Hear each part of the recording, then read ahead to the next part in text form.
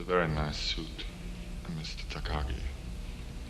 To be ashamed to ruin it. Welcome to Watch Mojo, and today we're counting down our picks for the most shameless film knockoffs in the last 10 years, judging them based on their quality or lack thereof. Use the manual override code on the elevators. Bring them here. Yes, sir. Number 10, Planet Doom. Guess we know what happened to the freighter crew. No, we don't know anything. There could still be survivors out there. We need to get off this planet. No, we need to find the survivors.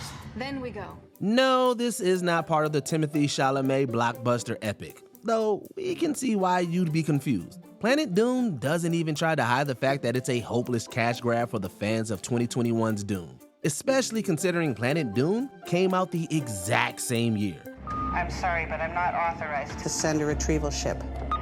Not authorized? What? Are we not worth rescuing? Am I getting that right? Putting aside the copied name, the plot follows a botched rescue operation on a desert planet where the team comes up against giant teeth-filled sandworms. Sounds kinda familiar. It's like they took one scene from Doom, slapped a new name on it, and stretched it out to feature length. It's about as entertaining as it sounds. Number 9, Operation Dunkirk. You're a great man. No, I'm just a soldier. No, you are so much more than that. If you're getting tired of historical war films, then Operation Dunkirk isn't for you. It's not just another battle flick, it's another battle flick adapting the Dunkirk evacuation, aka the exact same events that were already done justice by Christopher Nolan's Oscar-winning work that same year.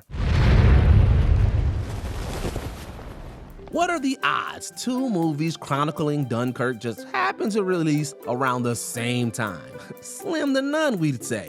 The only real difference is Operation Dunkirk lacks any of the budget, direction, or creativity to even be used in the same sentence as Nolan's. It didn't exactly win any Oscars, that's all we're saying. Surrender! Round of ammo, sir. What do you want to do? Number 8, Alien Predator. No movement anywhere. Well, at least we know we're not the only ones out here. The only thing more eye-rolling than stealing from one popular franchise is stealing from two. Based on the name Alien Predator, it's pretty easy to surmise where this feature got its inspiration.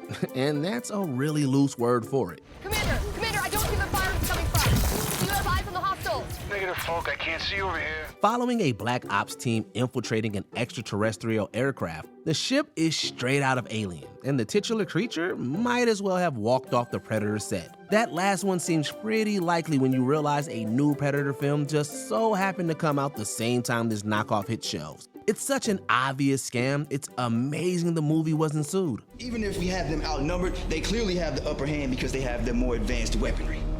And oh yeah, we stuck on their goddamn spaceship. Number 7, Top Gunner, Danger Zone. What is it? What's wrong? I'll just feel better once we find this IED. Top Gun Maverick flew all the way to a record-breaking run in theaters, so it's only natural it spawned a few copycats. Nobody could have expected it to happen so soon though. Released in the same calendar year as Maverick, Top Gun Danger Zone, Top Gunner, is about as smart as its title suggests. The AI algorithms work in simulated combat scenarios.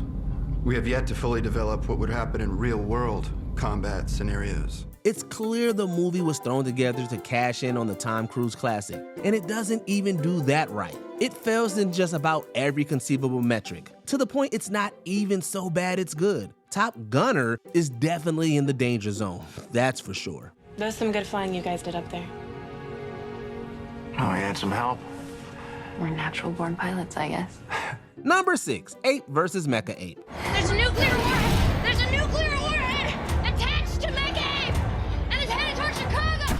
People can only take so many monster movies, and Ape vs. Mecha Ape isn't exactly an apex predator of the genre either. Instead of a grand, epic fight for survival, the movie feels like a bloated excuse to put discount King Kong on a movie cover. Well, that, and to rob the goodwill Godzilla vs. Kong earned. It wouldn't be quite so offensive if it didn't come off the heels of Ape vs. Monster 2 years prior. Clearly, as long as King Kong and Godzilla are duking it out on the big screen, the copyright-free ape will keep finding new enemies too, no matter how ridiculous it gets.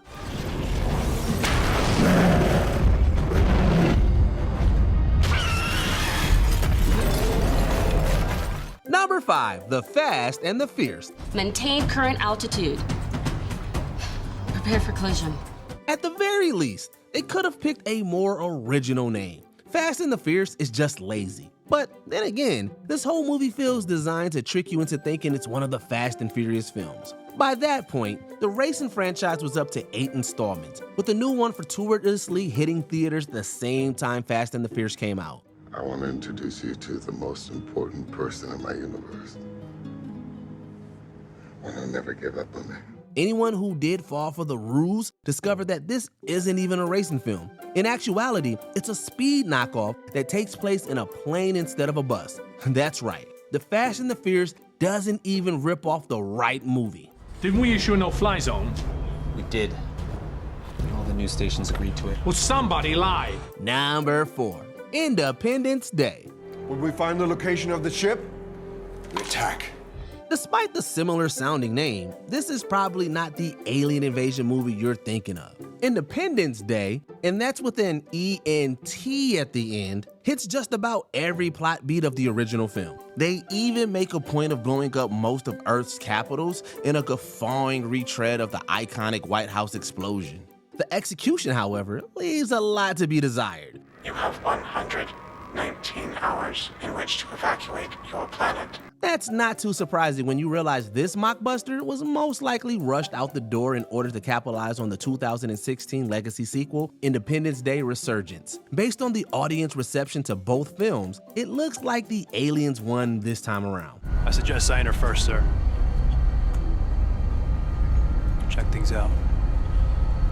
Number 3, Avengers Grim. Open the portal, and you'll never see me or my army again. Refuse, and you'll die.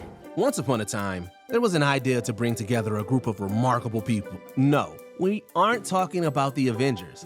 This is the legally distant Avengers Grimm, which features marvelous fairy tale characters like Snow White and Cinderella instead of superheroes. It's a monster in the skin of a man. And the longer you keep me here, the more of your men he will kill. Honestly, it's not a half-bad idea. The page-for-page copying of the Avengers movies, though, that's not quite as successful. The final picture most definitely did not assemble, but that didn't stop it from getting a sequel in 2018 called Avengers Grimm: Time Wars. There's no Avengers Grimm Endgame or any kind of equivalent, and quite frankly, that's for the best. Keep it open! I don't know how! Last time I couldn't control it! Number 2, Skyscraper. And your weakness is your family. So now we're going to find out how much you love your family, Willa. A bald-headed action hero must shoot his way through a heavily guarded building in order to rescue his wife. Wait, are we having deja vu here? Skyscraper's entire plot is just a summary of Die Hard, down to the last letter. What makes it even more egregious is that Skyscraper is no mere streaming misfire. It went to theaters. You don't need to find him. You know what he wants. There, both audiences and critics promptly rejected it on account of its derivative storyline. But the fact it even made it that far is insane. Next time Hollywood wants a tower-climbing action thriller, they should just make another Die Hard. Or, better yet, watch the original and leave well enough alone. Want money? What kind of terrorist are you? Who said we were terrorists? Before we continue, be sure to subscribe to our channel and ring the bell to get notified about our latest videos. You have the option to be notified for occasional videos or all of them. If you're on your phone, make sure you go into your settings and switch on notifications. Number 1, The Meg. Prep the helicopter. We must go to Thailand.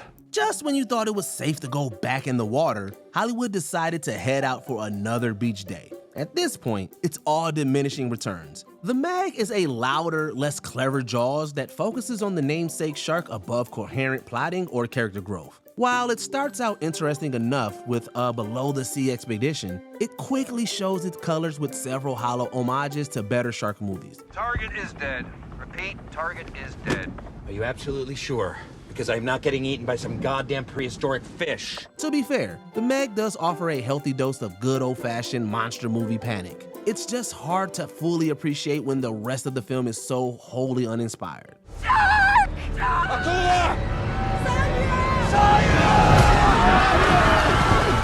Do you enjoy any of these knockoffs? Let us know in the comments down below. And don't forget to like and subscribe for more WatchMojo videos. No, seriously, they gave us the most raggedy piece of garbage. Did you enjoy this video? Check out these other clips from WatchMojo, and be sure to subscribe and ring the bell to be notified about our latest videos.